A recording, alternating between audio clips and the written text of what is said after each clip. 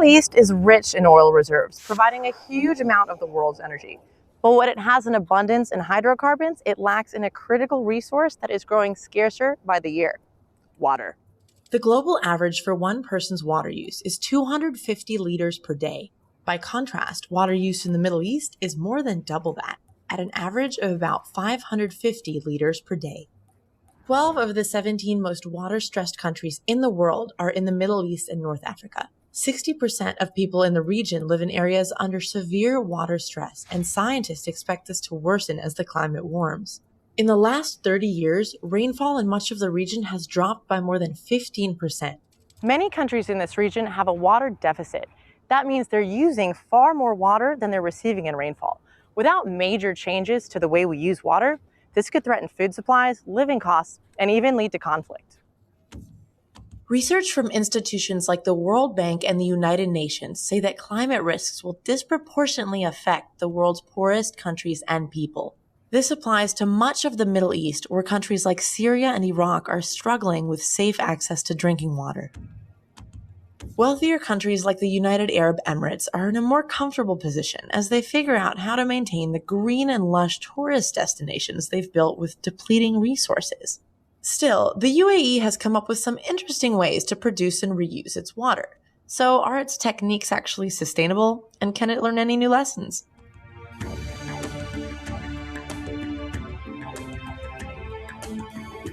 How does a golf course like this stay green all year round? I would say a nutrition program and a lot of water.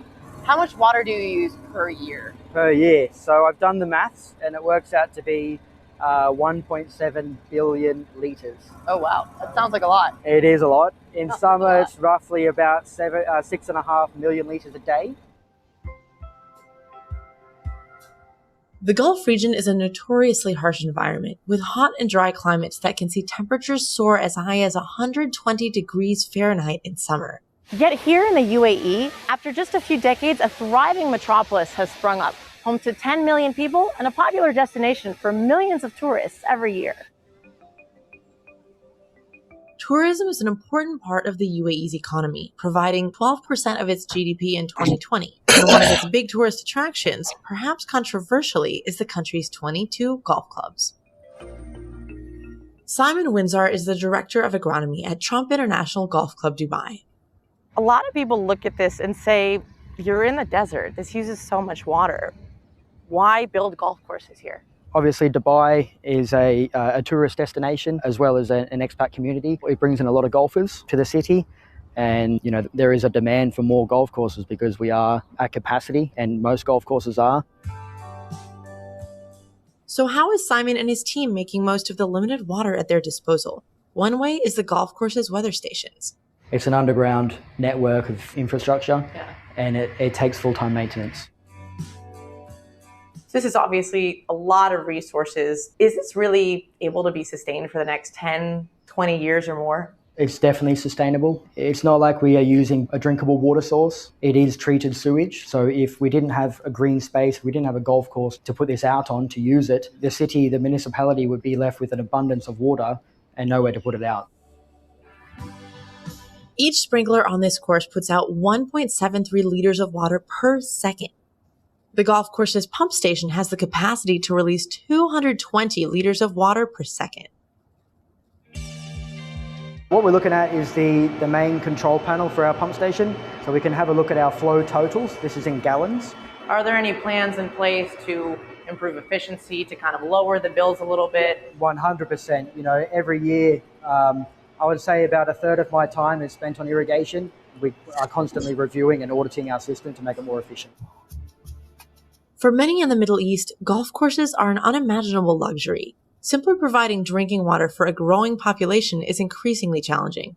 And rain is a rare occurrence in the region, meaning natural groundwater sources and conserving water are often not enough. Dr. David Hanna, a professor of hydrology at the University of Birmingham, walked me through how the region gets its water in the first place. Is the Middle East running out of water? So the Middle East is located in an arid environment, and it has very limited conventional water resources, and some of the groundwater resources are saline, they're salty. So in terms of being potable, they're not so easy to use. In the Gulf Arab states, most drinkable water is produced in massive coastal desalination plants using a process called reverse osmosis. This is when seawater gets sucked into a membrane at a high pressure to remove the salt. The UAE's desalination plants account for 14% of the world's desalinated water, and the Middle East and North Africa account for nearly half of the 95 million metric tons of desalinated water produced each day worldwide. This process is expensive, energy-intensive, and sends highly concentrated salty brine back into the sea, potentially harming sea life. Besides desalination and reusing wastewater, the region is also exploring cloud seeding. This involves releasing small particles of salt or iodide into clouds using planes or drones. Water droplets then cluster around these particles, which should increase the chance of rain or snow. The UAE Center of Meteorology says cloud seeding can increase rainfall by up to 25% and is cheaper than desalination. Iran, Morocco, and Saudi Arabia all have cloud seeding programs, and other countries in the region plan to follow suit. But scientists are divided over its effectiveness, and it only works if there are clouds in the first place to do it. The Middle East also isn't built for heavy rain, and this could cause problems if storms become more frequent. Yet, despite concerns around water, it's not uncommon to find lush landscaping in several of the region's cities. I visited a nursery owned by Al Riyum Contracting, which has done the landscaping for iconic UAE venues like Yas Links Golf Course, Expo 2020, the Louvre Abu Dhabi, and theme parks like Legoland. So what does it take to make a desert country green? Well, it takes water, and that's the most important thing. And as you know, that's something that's very scarce in the desert. Yes. Predominantly, we use TSE water, treated sewage effluent, Okay. and that's what we use to water all of our plants and use all of our irrigation. So where do these bad boys come from, and who is ordering plants this massive? So these are from Madagascar, and they're actually for a 5-star hotel in Dubai. So we've imported these recently, and we're climatizing them for the next 2-3 months. So how much water does a nursery like this use per day? We use close to 800,000 gallons per day. How do you make an operation like that sustainable? Well, technology has come a long way, especially in the irrigation field. We have a huge team of engineers who are qualified with sustainability. It's very important, being in the desert, that we conserve as much water as possible. So there's different soil mediums that would help with water retention so that the water doesn't percolate or, let's say, drain from the soil. There's different kinds of additives that will just hold the water so that we don't lose it and waste it. So it gets recycled almost within itself in the plant. But even with sustainability engineers on the case, landscaping gets through a lot of water. I caught up with Will Bennett, an award-winning Dubai landscape architect who thinks he's found a solution. Are you worried about the level of water use in this region generally and the consequences of that? Massively, yeah. You see this huge waste of water in every single project. Look, why are we still building all of these landscapes that are so thirsty for water? They require huge amounts of maintenance, a lot of inputs, a lot of time and energy. And honestly, they have quite a huge carbon footprint. No more lawns along the highway, no more rows of tropical palms. Let's use the plants that are designed to grow here and really start to be more sustainable as a whole city. If you design with the right sort of plants and landscape in the right way, you can really turn down the water use. We're measuring a few projects and we've so far measured at least 60% reduction in some of our gardens. But I'm really confident that if we use true native plants, we can actually turn that down to even 20% or even 10% compared with traditional landscaping here. There are plants that grow here without any inputs and any water at all. They have huge root zones, and some of these root zones are so big that they can suck up water for as much as 4 years without any irrigation. The effect is massive. Water can start to be used for other things, diverted to reforestation projects, to more urban agriculture. Have you seen a growth in interest in your business and in this type of business in the last few years? Massively, yeah. And I would say just in the last 1 or 2 years, the trend is really taking off. Few parts of the world are as water scarce as the Middle East, and countries are increasingly seeking more ways to conserve and produce this precious resource. As droughts and scorching temperatures intensify, those that can cut waste and implement innovative sustainability solutions may be the ones that avert a crisis. A civilizational autopsy of the Islamic world's most ignored emergency. This series is not about vibes, it's not about culture wars, it's not about who offended who on social media. This series is about physics, hydrology, thermodynamics, gravity doing what gravity does. Before empires fall, water leaves. Before belief collapses, infrastructure fails. Before politics gets loud, nature stops negotiating.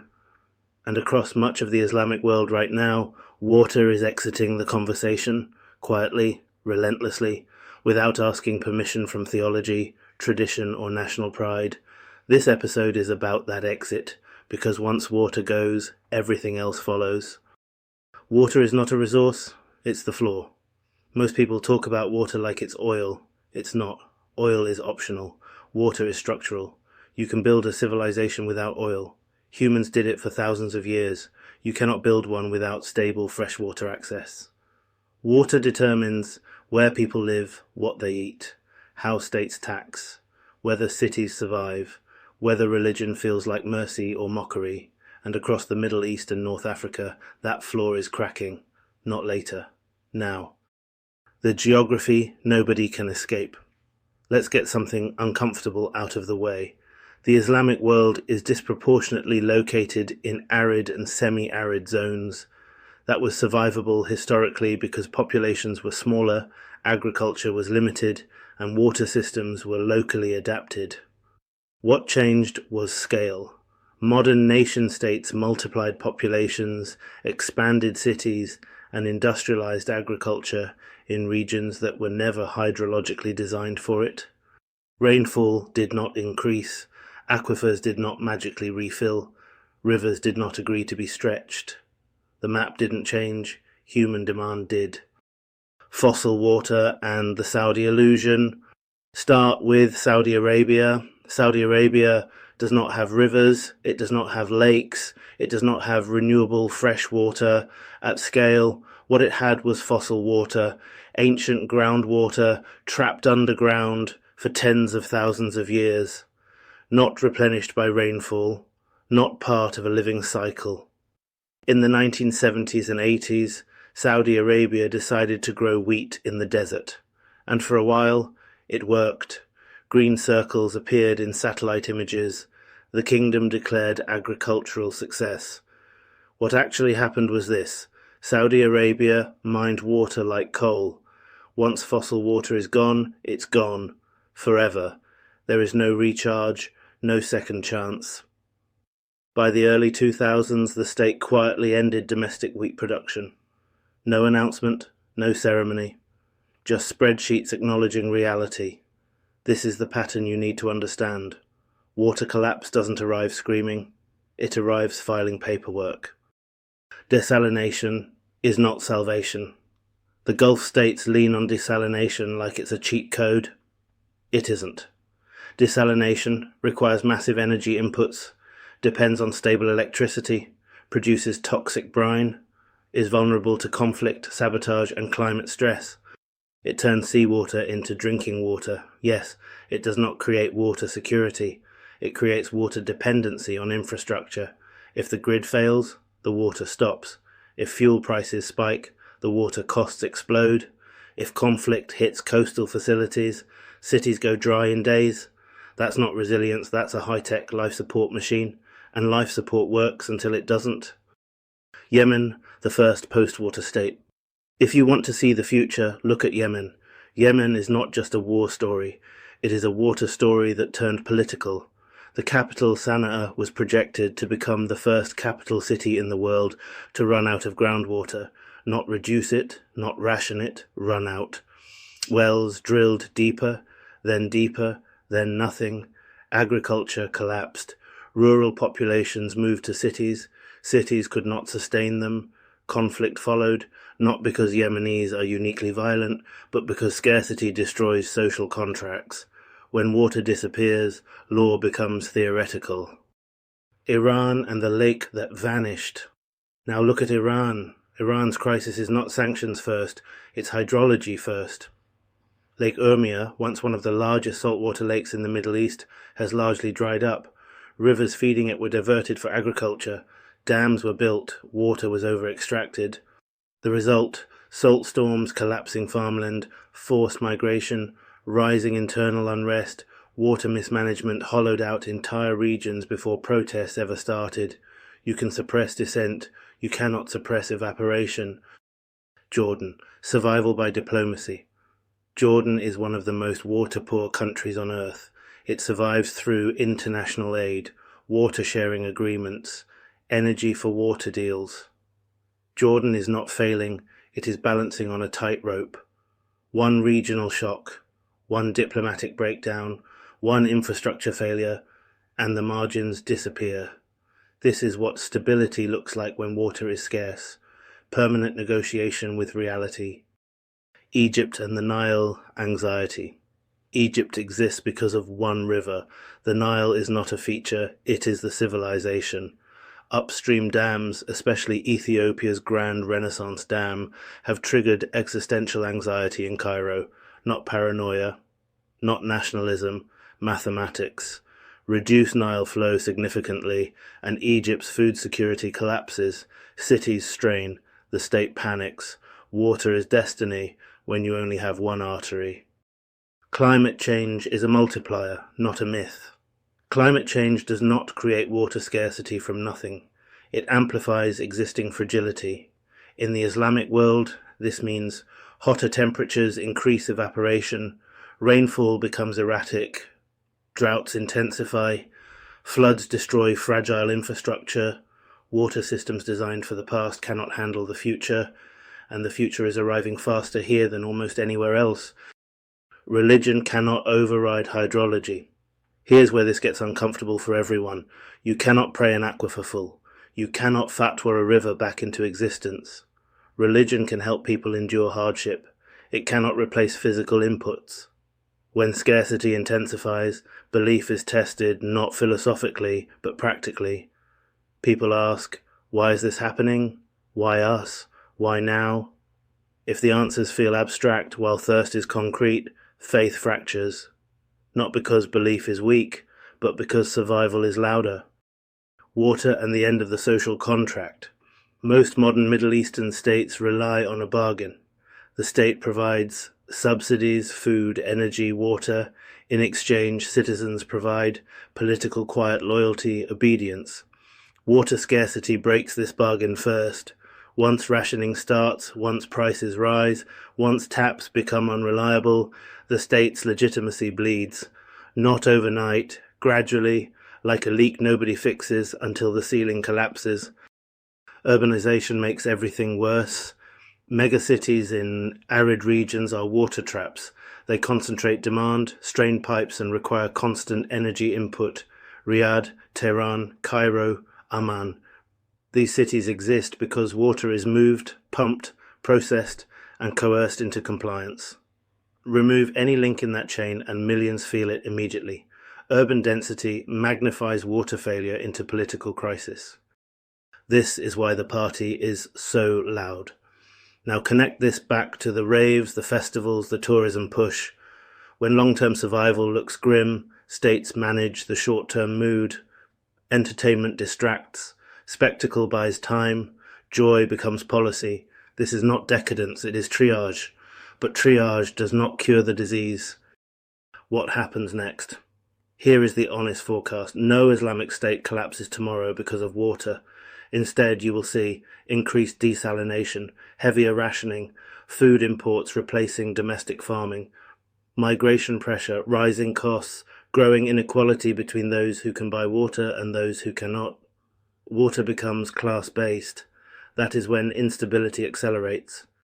The civilizational question. The real question is not whether Islam survives water scarcity.